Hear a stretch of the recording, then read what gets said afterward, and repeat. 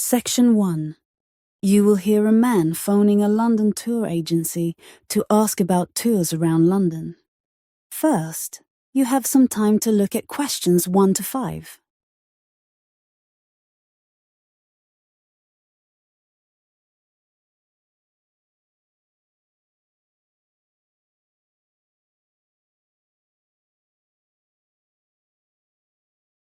Now listen and answer questions 1 to 5. Hi, London Premier Tours. How can I help? Hi. I'm coming to London with my family and we'd like to see the city. We just wanted some information on the best way to do this. Okay, I'll see if I can help. Firstly, when are you coming and for how long? Let me see. We're leaving the US at the end of June. We're going to stay with friends in Oxford for a week, so we'll arrive in London around the 10th of July. It will just be for a few days as we fly to Paris on the 13th of July. And how many people? I'm coming with my sister and our parents. And do you know what kind of things you want to see when you are here? Is there anything in particular? Not really. We just want to see the main sights, you know? Historical places, I guess. The places that London is famous for. Well, as you only have a short amount of time, the best way to do that is probably by a bus tour. The tour costs £29 for adults and £14 for children for the day. What time does it start? Well, basically the ticket is valid for the whole day. The first bus is at 7 a.m., but buses depart every 20 minutes throughout the day up until 4 p.m. 6 p.m. It's summer now, so the buses run later. So you can start and finish whenever you want within those times. So do you have to stay on the same bus the whole time? No, it's a hop-on, hop-off service, so you can get off at whichever stop you like. You can then stay there as long as you like and then get back on another bus when it arrives. Oh, okay. I see what you mean. Before you hear the rest of the conversation, you have some time to look at questions 6 to 10.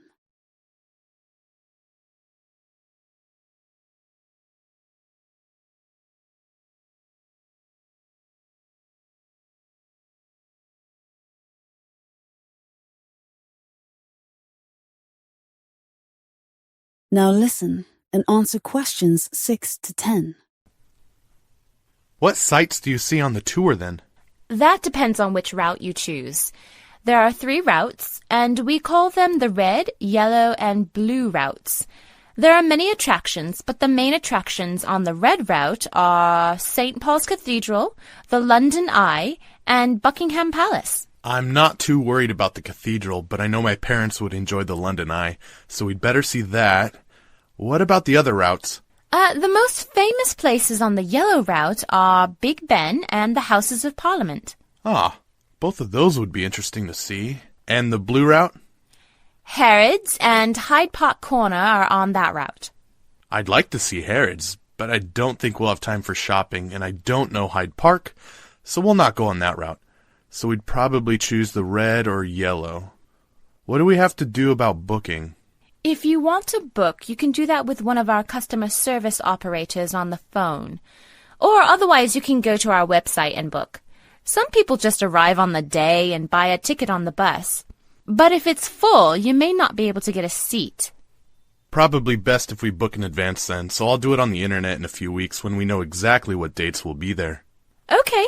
Well, it can get very busy in the summer over the 3 months of June to August, so it's probably best to book at least a week before you come. But you still have about 6 weeks before you leave, so you have plenty of time to think about it. Okay, thanks. You've been a great help. That is the end of section 1.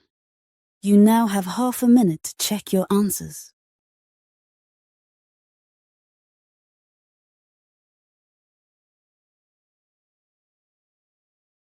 Now turn to section 2.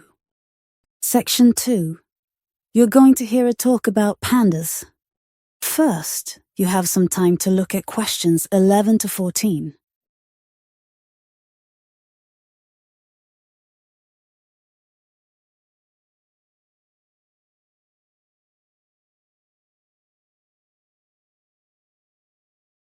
Now listen and answer questions 11 to 14. Okay, I'm here today to talk to you all about the panda. It is a species of bear that is under great threat from the damage that humans are doing to the places where they live.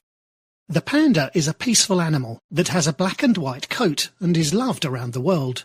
It is a distinctive symbol of China, and the panda has also been the logo of the WWF, that's the Worldwide Fund for Nature, since it was set up in 1961.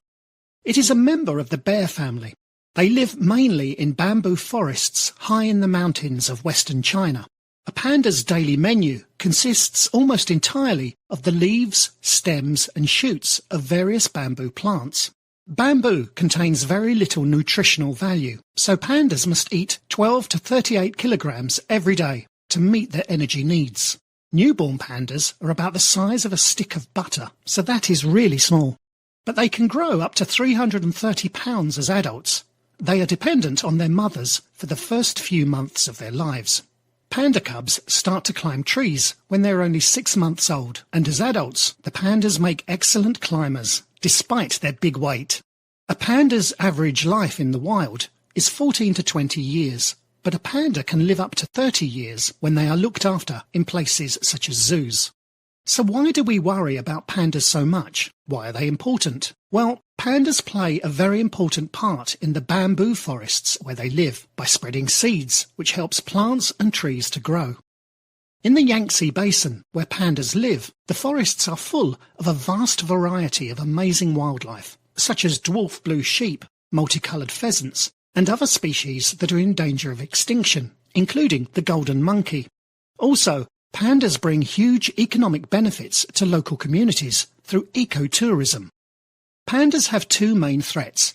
The first is hunting, which is a constant concern. Poaching or killing the animals for their fur has declined due to strict laws and greater public awareness of the panda's protected status. But hunters seeking other animals in panda habitats continue to kill pandas accidentally. They are also threatened by habitat loss. In other words, by the loss of the home where they live. China's Yangtze Basin region is where the panda's main home is. But this area is an important economic region for this booming country. So roads and railroads are being built, and these are increasingly destroying the forest. This means that panda populations get separated, and so they can't find a partner to mate with and have babies. Destroying the forest also reduces pandas' access to the bamboo they need to eat to survive. Before you hear the rest of the conversation, you have some time to look at question 15 to 20.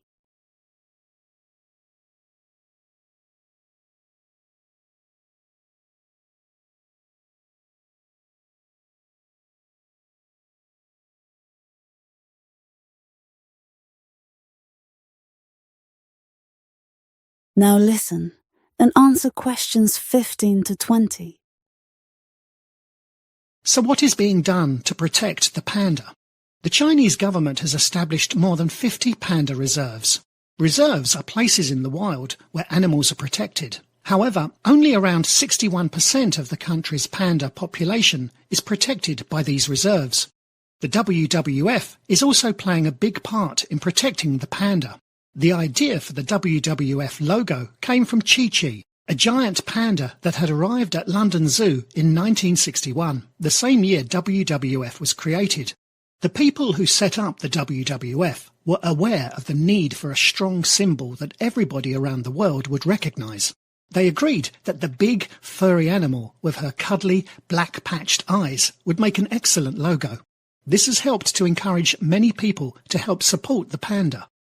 Controversially, a well-known television presenter called Chris Packham, who has hosted programmes about animals for many years on British TV, said pandas might not be worth saving. He explained that pandas are extraordinarily expensive to keep going. We spend millions and millions of pounds on this one species, but much less on others. He argues that it would be better to take all this money we spend on pandas and look after other natural places such as rainforests around the world. He says we have to accept that some animals are stronger than others. The panda is a bear that eats a type of food that isn't very nutritious. It gets diseases easily, and it's very difficult to breed. He thinks that extinction is very much a part of life on Earth. and we're going to have to get used to it in the next few years because climate change is going to result in all sorts of animals disappearing. However, I don't agree with him. The panda is quite a weak animal, but this is not why it is going to die or become extinct. When he says that if you leave them be, they will die out, that's simply not true. The reason it is in danger is because of the damage that humans are doing to the forests that they live in. If we don't destroy this, then they will survive in the same way that they have for thousands of years. And also, the places where the pandas live should be protected anyway. The panda shares its home with the red panda, golden monkeys, and various birds that are found nowhere else in the world. The pandas' numbers are increasing in the wild, so I don't see them dying out. Okay, I hope you've enjoyed my short talk on pandas. Are there any questions? That is the end of section 2. You now have half a minute to check your answers.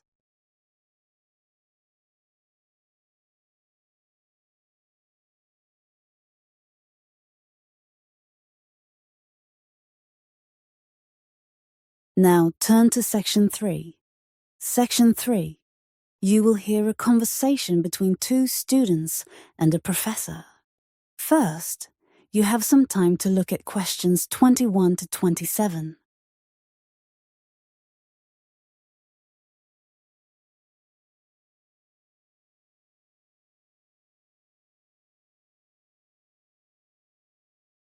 Now listen and answer questions 21 to 27. Hi. Okay, so you're John and Sarah, I'm Neil, and you're having some problems with a project you're doing on the marketing module of the Business Studies course. Is that right? Yes, it's the one where we have to read the case studies of 6 businesses and assess their marketing and identify the main problems each one had. So what exactly is the problem? Well, we've been doing quite a lot of reading for it. Some of the readings we've looked at are quite difficult, but we still understand them, and they're interesting, so that's okay. It's taking a lot longer than we thought, though, so we're wondering if we can have an extension. We have a lot of other assignments too. Well, extensions can be granted. However, it sounds like you're having issues with the planning of your time. Neither of you are sick or have had an accident, which are the only reasons that extensions are usually granted. The university's scheduling of deadline dates is organised so you can complete things on time. OK, we understand. We thought that would probably be the case. Well, let's see how you're doing with it. So you were given readings on 6 different companies. You needed to examine the main weaknesses of each company with regard to their marketing strategy. What did you find out about each company? Let's start with Stack's Stationery. They were very experienced in marketing, as they have been in the stationery market for such a long time. Their profits have generally tended to increase continuously for many years. However, they had issues with their staff because they felt that too much money was being spent on marketing, but their wages did not increase for such a long time. Princeton Windows were quite successful initially, as their marketing led to an increase in sales of 50%. However, this decreased again after a few months, so it just led to profits for a short time. They need to think about how they can sustain any increase in profits for longer periods. MK Cars focused on the wrong thing, because they didn't really understand who their target market was.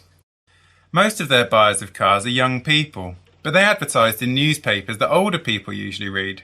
It would have been better to go for magazines popular with the younger generation. You must learn everything you can about who you are selling to.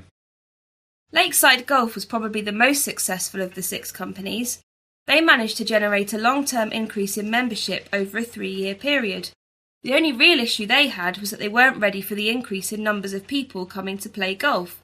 So some people started to complain about the service there. Bryson's Meat seemed to be a bit of a disaster really all round. They actually saw a drop in their numbers of buyers, though it seems fairly sure that this was related to other problems outside of the company, rather than their marketing. There was a scare about meat during the period we are studying, and that meant that people bought less. So it may not actually be the company's fault. Mojo's Music Shop, which sells CDs and DVDs, did pretty well. Their sales have been continuously increasing, and this is very good as they are in a very difficult market. A lot of people aren't buying music from shops anymore as they download it instead. So to keep going in that situation shows that they had a very successful marketing campaign. They will have to work hard on this though, due to the number of websites online providing the same service. Before you hear the rest of the conversation, you have some time to look at questions 28 to 30.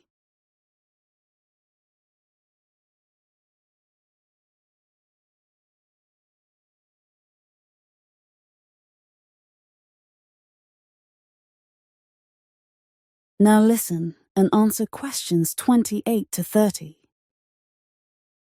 Well, from listening to what you've told me, it seems like you have a fairly good understanding. For the assignment, you also have to say what you think will happen in the future. Let's choose Mojo's Music Shop. What about you, Sarah? The company was established many years ago, and I'm fairly confident that this company can continue to be successful. As I said, they have shown that they have survived in a very competitive market. They had a very strong advertising campaign, and they seem very good at knowing where the market is going and how to change. What about you, John? Well, I'm not so sure actually. There are just so few music shops that manage to survive these days. I do agree that they have been very innovative, but too many people want to buy things online, as it is so much easier and usually cheaper. Most young people don't even have DVD players these days and just listen to things on their phones. So I think eventually they will cease operating like most others. That's two very different opinions. It's been said that they have a very good management team, but I'm not sure I agree with that, as they're a bit inexperienced. I would disagree with you, Sarah, and say actually that their advertising campaign, although good, needs to be improved and more original in order to keep sales high. As John says, it's such a competitive market, they need to do everything they can. That is the end of section 2. You now have half a minute to check your answers.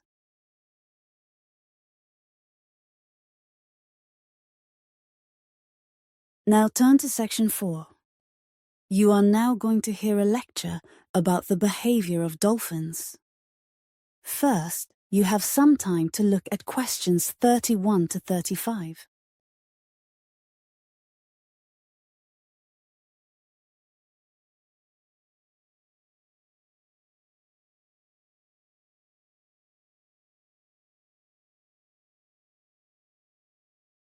Now listen and answer questions 31 to 35. Okay, today's lecture is about the behavior of dolphins. Dolphins are mammals closely related to whales and porpoises. There are almost 40 species of dolphin, and they vary in size from 1.2 meters and 90 pounds up to 9.5 meters and 10 tons. They are found worldwide, mostly in shallower seas of the continental shelves, and they are carnivores, eating mostly fish and squid. Dolphins are highly social animals, often living in pods of up to a dozen individuals, though pod sizes and structures vary greatly between species and locations. In places with a high abundance of food, pods can merge temporarily, forming a superpod, which groupings may exceed 1,000 dolphins. Membership in pods is not rigid, with interchange being common. Dolphins can, however, establish strong social bonds. They will stay with injured or ill individuals, even helping them to breathe and bringing them to the surface if needed. This altruism does not appear to be limited to their own species. A male dolphin called Moko in New Zealand was observed guiding a female pygmy sperm whale together with her calf out of shallow water where they had been stranded several times. Dolphins have also been seen protecting swimmers from sharks by swimming circles around the swimmers or charging the sharks to make them leave. Dolphins also display culture, something long believed to be unique to humans and possibly other primate species. In May 2005, a discovery in Australia found Indo-Pacific bottlenose dolphins teaching their young to use tools. They cover their snouts with sponges to protect them while foraging for food. This knowledge is mostly transferred by mothers to daughters, unlike primates, where knowledge is generally passed on to both sexes. Using sponges as mouth protection is a learned behavior. Another learned behavior was discovered among river dolphins in Brazil, where some male dolphins use weeds and sticks as part of a sexual display. Before you hear the rest of the conversation, you have some time to look at question 36 to 40.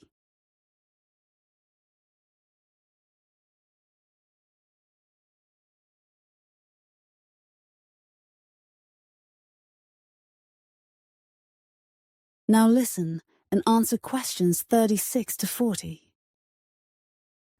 Dolphins may also engage in acts of aggression towards each other. The older a male dolphin is, the more likely his body is to be covered with bite scars. Male dolphins engage in acts of aggression apparently for the same reasons as humans, that is, disputes between companions and competition for females. Acts of aggression can become so intense that targeted dolphins sometimes go into exile after losing a fight. Male bottlenose dolphins have also been known to engage in infanticide, which is the killing of their young. Dolphins have also been known to kill porpoises for reasons which are not fully understood, as porpoises generally do not share the same diet as dolphins and are therefore not competitors for food supplies. The main food of dolphins is fish and squid, and various methods of feeding exist among and within species, some apparently exclusive to a single population. One common feeding method is herding, where a pod squeezes a school of fish into a small volume known as a bait ball. Individual members then take turns plowing through the ball, feeding on the stunned fish. Corralling is a method where dolphins chase fish into shallow water to catch them more easily. Orcas and bottlenose dolphins have also been known to drive their prey onto a beach to feed on it, a behavior known as beach or strand feeding. Some species also whack fish with their flukes, stunning them and sometimes knocking them out of the water. When it comes to playful behavior, dolphins show various types, often including objects, self-made bubble rings, other dolphins, or other animals. When playing with objects or small animals, common behavior includes carrying the object or animal along using various parts of the body, passing it along to other members of the group, or taking it from another member or throwing it out of the water. Dolphins have also been observed harassing animals in other ways. For example, by dragging birds underwater without showing any intent to eat them. Playful behavior that involves other animal species with active participation of the other animal can also be observed. Playful human interaction with dolphins being the most obvious example. However, playful interactions have been observed in the wild with a number of other species as well as humpback whales and dogs. That is the end of section 4. You now have half a minute to check your answers.